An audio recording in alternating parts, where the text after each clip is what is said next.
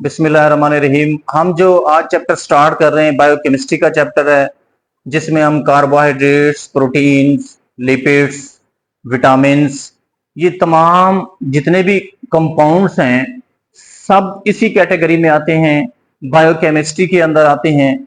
तो इन तमाम को हम स्टडी करेंगे। तो सबसे पहले इनमें से हम कार्बोहाइड्रेट्स को स्टडी करते हैं। What are carbohydrates? तो अब जानते हैं कार्बोहाइड्रेट्स मैक्रोमॉलिक्यूल्स हैं।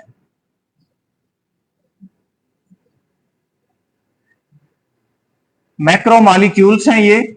मैक्रो का क्या मतलब है? बड़ा। बड़ा मैक्रो का मतलब है बड़ा, यानी बड़े मॉलिक्यूल्स हैं। सिंपल मॉलिक्यूल्स नहीं है, बड़े मॉलिक्यूल्स हैं। तो इनको कार्बोहाइड्रेट्स कहते हैं। और इनकी तारीफ हम किस तरह से कर सकते हैं? दे आर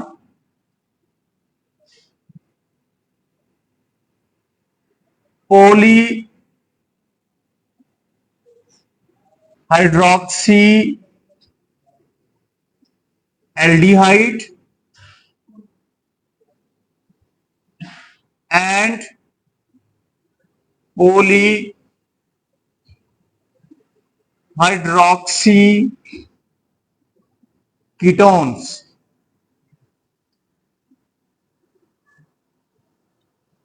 पॉलीहाइड्रोक्सी एल्डिहाइड इन्हें क्यों कहते हैं? एल्डिहाइड एक फंक्शनल ग्रुप है। एल्डिहाइड एक फंक्शनल ग्रुप है। C double bond O bond H और इधर बॉन्ड, ये एल्डिहाइड फंक्शनल ग्रुप हमने लास्ट चैप्टर में स्टडी किए। तो ये एल्डिहाइड भी एक फंक्शनल ग्रुप है। पोली का क्या मतलब है? बहुत सारे, बहुत सारे। हाइड्रोक्सी यानी इसमें हाइड्रोक्सिल आयन भी मौजूद है। कार्बोहाइड्रेट्स के अंदर यानी वाटर भी मौजूद होता है, हाइड्रोक्सिल आयन भी मौजूद होते हैं। तो इसलिए इसको कहते हैं पॉलीहाइड्रोक्सी एल्डिहाइड।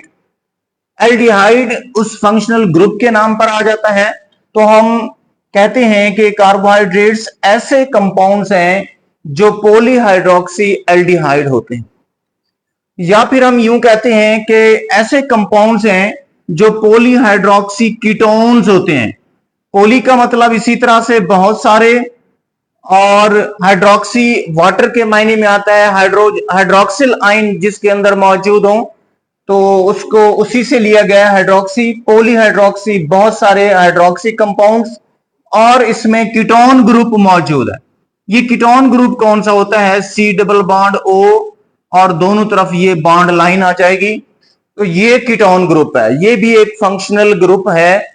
लिहाजा कार्बोहाइड्रेट्स को एल्डिहाइड्स के फंक्शनल ग्रुप और कीटोन्स के फंक्शनल ग्रुप के हवाले से डिफाइन करते हैं।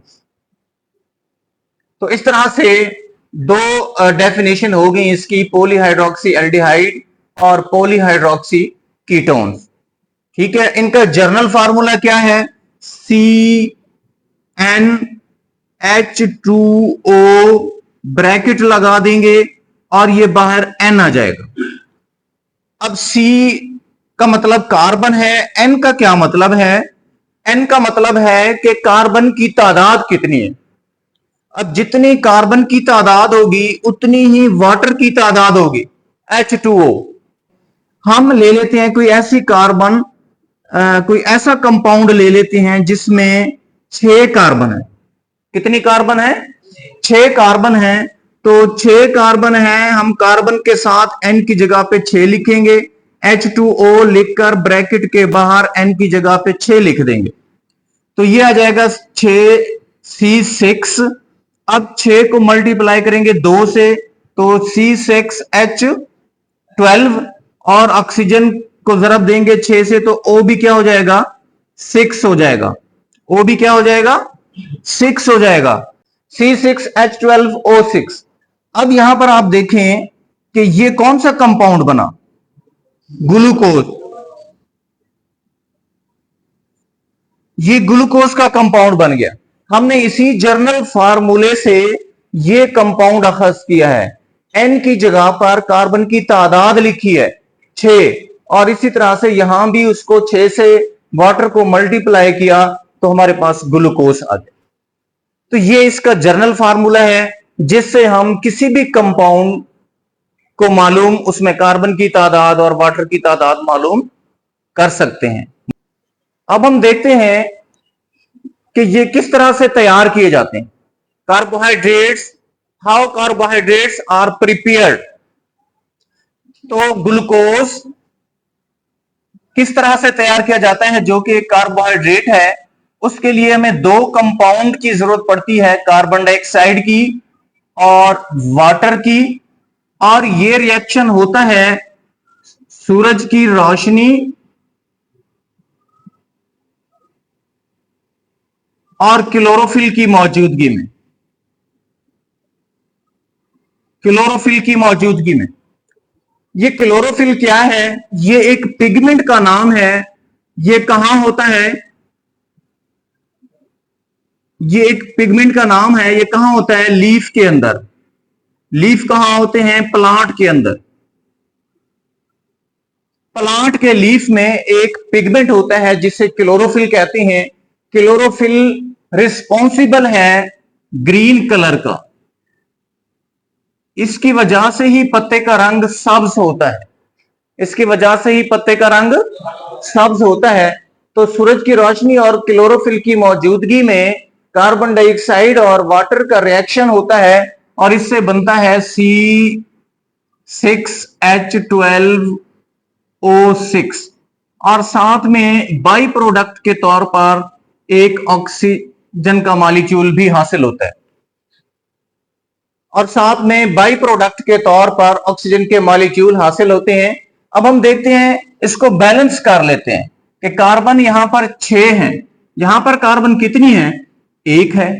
कार्बन डाइऑक्साइड में 1 कार्बन है ना, और इधर कार्बन है ही नहीं। तो ये वाले दोनों कंपाउंड्स रिएक्टेंट कहलाते हैं। प्रोडक्ट वाली साइड पे 6 कार्बन है, इधर हम 6 से मल्टीप्लाई कर दें तो 6 कार्बन हमने दोनों तरफ बैलेंस कर दी हैं। अब हम ऑक्सीजन को देखते हैं। 6 दूनी 12, तो 12 ऑक्सीजन इधर है और 1 इधर है, 13 ऑक्सीजन। इधर 6 और 2 8 ऑक्सीजन है। तो हमने ऑक्सीजन को पूरा करना है। ठीक है, इधर कितनी है? 13 ऑक्सीजन, उधर 8 ऑक्सीजन है। तो ऑक्सीजन को कैसे पूरा करेंगे? अगर हम यहां 6 लगा दें, 6 दूनी 12 ऑक्सीजन हो जाएंगी। तो इधर भी 12 और एक 13 ऑक्सीजन है, लेकिन उधर कितनी हो जाएंगी? 18 ऑक्सीजन हो जाएंगी। अगर हम इधर लगा दें 6, ठीक है, तो फिर 6 दूनी 12 और 6 18, 6 दूनी 12 ऑक्सीजन इधर और फिर 6 ऑक्सीजन इधर वाटर के अंदर। ये जो 6 हाइड्रोजन से मल्टीप्लाई हो रहा है, ये ऑक्सीजन से भी मल्टीप्लाई हो रहा है। तो 6 ऑक्सीजन इधर होंगे और 12 इधर होंगे। टोटल कितने हो गए? 18। और इधर देखें, यहां ऑक्सीजन के नीचे 6 लिखा हुआ है, तो 6 ऑक्सीजन इधर है और 6 दूनी 12 इधर है, तो कितने हो गए? 18। तो ऑक्सीजन के एटम भी पूरे हो गए दोनों तरफ। अब हम हाइड्रोजन के एटम देखते हैं। इधर कितने हैं? 6 दूनी 12 इधर हाइड्रोजन के एटम हैं। इधर कितने हैं? 12 हाइड्रोजन के एटम हैं। तो इस तरह से दोनों तरफ तमाम एटम्स की तादाद बराबर हो जाती है। तो इसको हम कहते हैं बैलेंस इक्वेशन। क्या कहते हैं? Balance equation. जब ये बैलेंस इक्वेशन होती है, 6 मॉलिक्यूल कार्बन डाइऑक्साइड के, 6 मॉलिक्यूल वाटर के, ये मिलकर एक मॉलिक्यूल ग्लूकोज का बनाते हैं और 6 मॉलिक्यूल ऑक्सीजन के बनाते हैं। अब यहां पर जो ऑक्सीजन है वो बाई प्रोडक्ट है, इजाफी प्रोडक्ट है जो प्लांट को एक्सक्रीट करनी होती है, जो प्लांट को बाहर निकालनी होती है। इजाफी प्रोडक्ट को उसे रिमूव करना ही करना है। तो वो ऑक्सीजन जब प्लांट बाहर निकालता है तो हम उसको इस्तेमाल करते हैं। ये जो प्रोडक्ट बना ग्लूकोज, अगर इस प्रोडक्ट को प्लांट किस तरह से स्टोर करते हैं? प्लांट एज ए ग्लूकोज इसको स्टोर नहीं करते अपने अंदर। ठीक है, वो अपने जरूरत के वक्त एनर्जी हासिल करने के लिए कुछ मखसूस किस्म के पैकिंग कर लेते हैं। कुछ मखसूस किस्म की क्या कर लेते हैं? पैकिंग कर लेते हैं। उस पैकिंग को हम कहते हैं पॉलीमराइजेशन। क्या कहते हैं? पॉलीमराइजेशन। के अब इस कंपाउंड ने पॉलीमराइजेशन कर ली। पॉली का मतलब क्या है कि बहुत सारे कंपाउंड इकट्ठे हो गए। जिस तरह से हमने देखा होगा, कॉटन को अगर खुला रखें तो वो बहुत ज्यादा जगह पे फैल जाती है और इस तरह से उसको ट्रांसपोर्ट करना बड़ा मुश्किल है। ठीक है, एक बड़े ट्रक में, एक बड़े ट्राले में थोड़ी सी कॉटन आएगी, लेकिन हमने अब उसको 1000 किलोमीटर के डिस्टेंस पे ले जाना है तो हम उसकी गांठ बनाते हैं, उसको प्रेस करते हैं। प्रेस करके छोटी सी गांठ बन जाती है और उसमें बहुत ज्यादा कॉटन आ जाती है।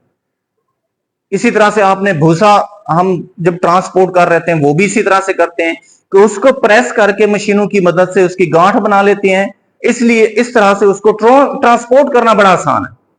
हजारों किलोमीटर ले जाएं, बहुत सारा भूसा आपको एक ट्राले के अंदर स्टोर कर सकते हैं।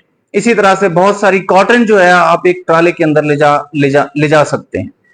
तो इसको कहते हैं पॉलीमराइजेशन। क्या कहते हैं?